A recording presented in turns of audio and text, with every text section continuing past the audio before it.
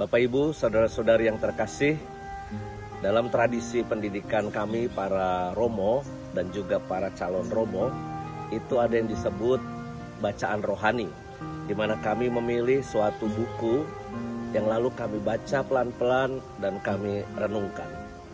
Nah, mulai hari Minggu malam ini, para frater Wisma Puruhita Seminari Tinggi Kuskupan Agung Jakarta yang tinggal di belakang Samadhi ingin bersama saya dalam rangka mata pelajaran pewartaan masa kini ingin membacakan bacaan rohani itu kepada Anda.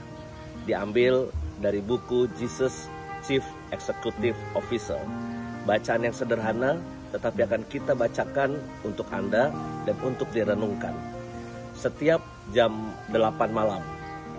Nanti setelah para frater itu bisa membaca dengan baik, maka para frater akan mencoba belajar lebih jauh lagi bagaimana membawakan pewartaan dengan cara yang menarik dan lebih spontan dan live.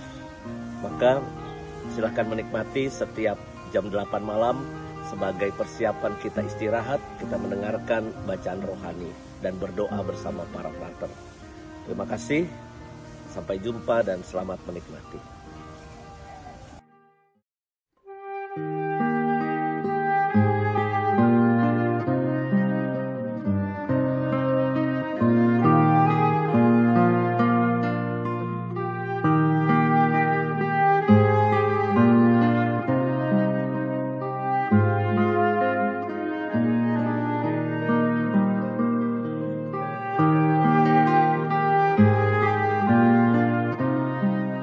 Salam sejahtera, selamat malam. Perkenalkan, nama saya Frater Danu.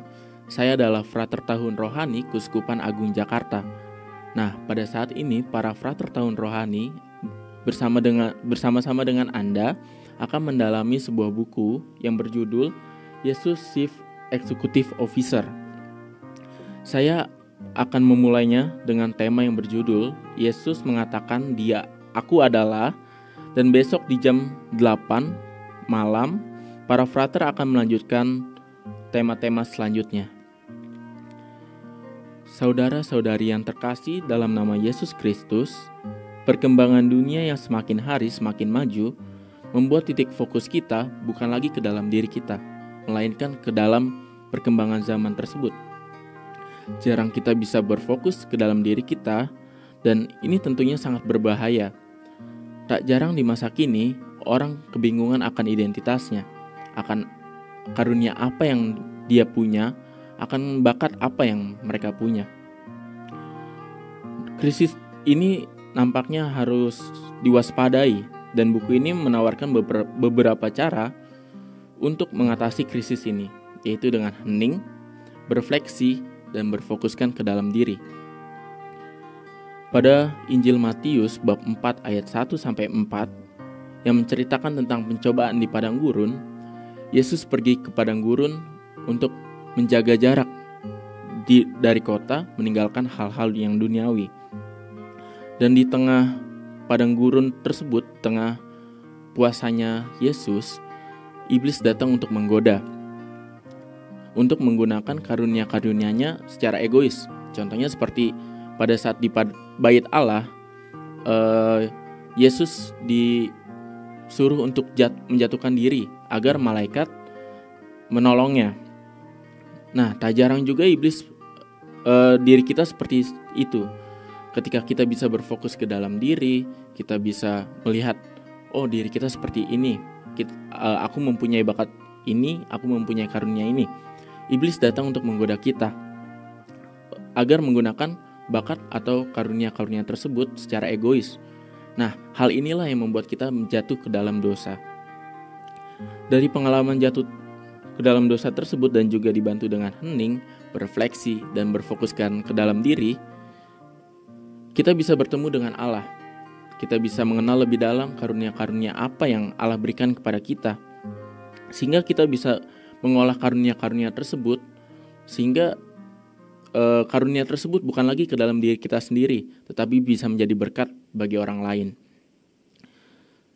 Sekarang mari kita melihat ke diri kita masing-masing. apakah kita pernah mengalami momen kejatuhan sehingga kita bisa bertemu dengan Allah? Lalu dengan momen kejatuhan tersebut dan juga bertemu dengan Allah, apakah kita bisa lebih dalam mengenal karunia-karunia yang Allah berikan kepada kita? Dan apakah karunia-karunia tersebut sudah kita gunakan untuk menjadi berkat bagi orang lain? Jika sudah, silakan tuliskan dalam hal-hal yang konkret. Contohnya, saya senang bermain musik dan saya senang ketika melihat orang lain tersenyum atau gembira. Maka saya menggambarkan diri saya adalah sebuah gitar. Contoh lain misalnya, saya suka melindungi. Maka saya menggambarkan diri saya adalah sebuah pagar. Terima kasih telah mendengarkan renungan singkat ini. Saya harap dengan renungan ini mampu membawa saudara-saudari bisa menemukan siapa diri Anda sebenarnya dan bisa menemukan Allah sehingga bisa mengenal lebih dalam karunia apa yang Allah berikan kepada kita. Untuk menutup renungan ini, mari kita berdoa malam bersama-sama. Dalam nama Bapa dan Putra dan Roh Kudus. Amin. Ya Allah Bapa yang penuh belas kasih, terima kasih atas hari ini. Terima kasih atas berkat-Mu dari pagi hingga malam ini, sehingga kami dapat berada di ujung hari ini. Ya Allah Bapa yang penuh belas kasih, berkatilah kami agar kami dapat mengenal lebih dalam diri kami masing-masing, dan juga bisa menggunakan berkat-berkat yang Engkau berikan kepada kami, sehingga berkat tersebut bisa kami salurkan kepada orang-orang di sekitar kami. Sekarang Bapa, kami ingin tidur. Berkatilah istirahat kami malam ini, sehingga besok pagi kami dapat bangun dengan segar dan menikmati hari baru yang Engkau berikan. Terpujilah Engkau Bapa, kini dan sepanjang masa. Amin. Dalam nama Bapa dan Putra dan Roh Kudus.